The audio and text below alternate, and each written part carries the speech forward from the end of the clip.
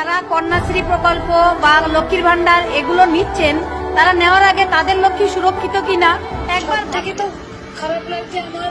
ওর সঙ্গে যে লাস্ট যে কষ্টটা ও পেল, সেই কষ্টটা আমি একটুও কমাতে পারিনি। এবার সত্যজিৎ রায়ের স্মৃতির সঙ্গে জড়িয়ে গেল তিলোত্তমার বিচার। বৃহস্পতিবার গড়িয়ার বোডাল হাই স্কুলের প্রাক্তন শিক্ষক শিক্ষিকা থেকে ছাত্রছাত্রীদের ডাকে একটি বিশাল প্রতিবাদ মিছিল করতে দেখা যায়।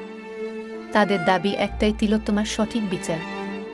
এই মিছিলে পা মিলিয়েছিলেন প্রাক্তন ছাত্রছাত্রী থেকে বর্তমান ছাত্ররা। একটা সময় এই স্কুলেই জড়িয়েছিল সত্যজিৎ রায়ের বিখ্যাত ছবি পথের পাঁচালী। আর এবার সেই স্কুলে জড়িয়ে পড়ল তিলোত্তমার সঠিক বিচার চেয়ে আন্দোলন। সম্প্রতি সারা রাজ্য জুড়ে এই আন্দোলন চলছে। সেই আন্দোলন ছড়িয়ে পড়েছে দেশের বিভিন্ন প্রান্তে। বোডাল হাই স্কুলের প্রাক্তনীদের গলায় একটাই স্বর, বিচার পাক আরজি করো। এখন দেখার বিষয়, সত্যি কি বিচার পাবে তিলোত্তমা, নাকি রাজনীতির রঙে সরে যাবে আরজি করের বিচার।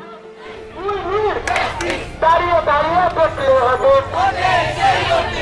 দাঁড়িয়ে দাঁড়িয়ে দেখলে হবে।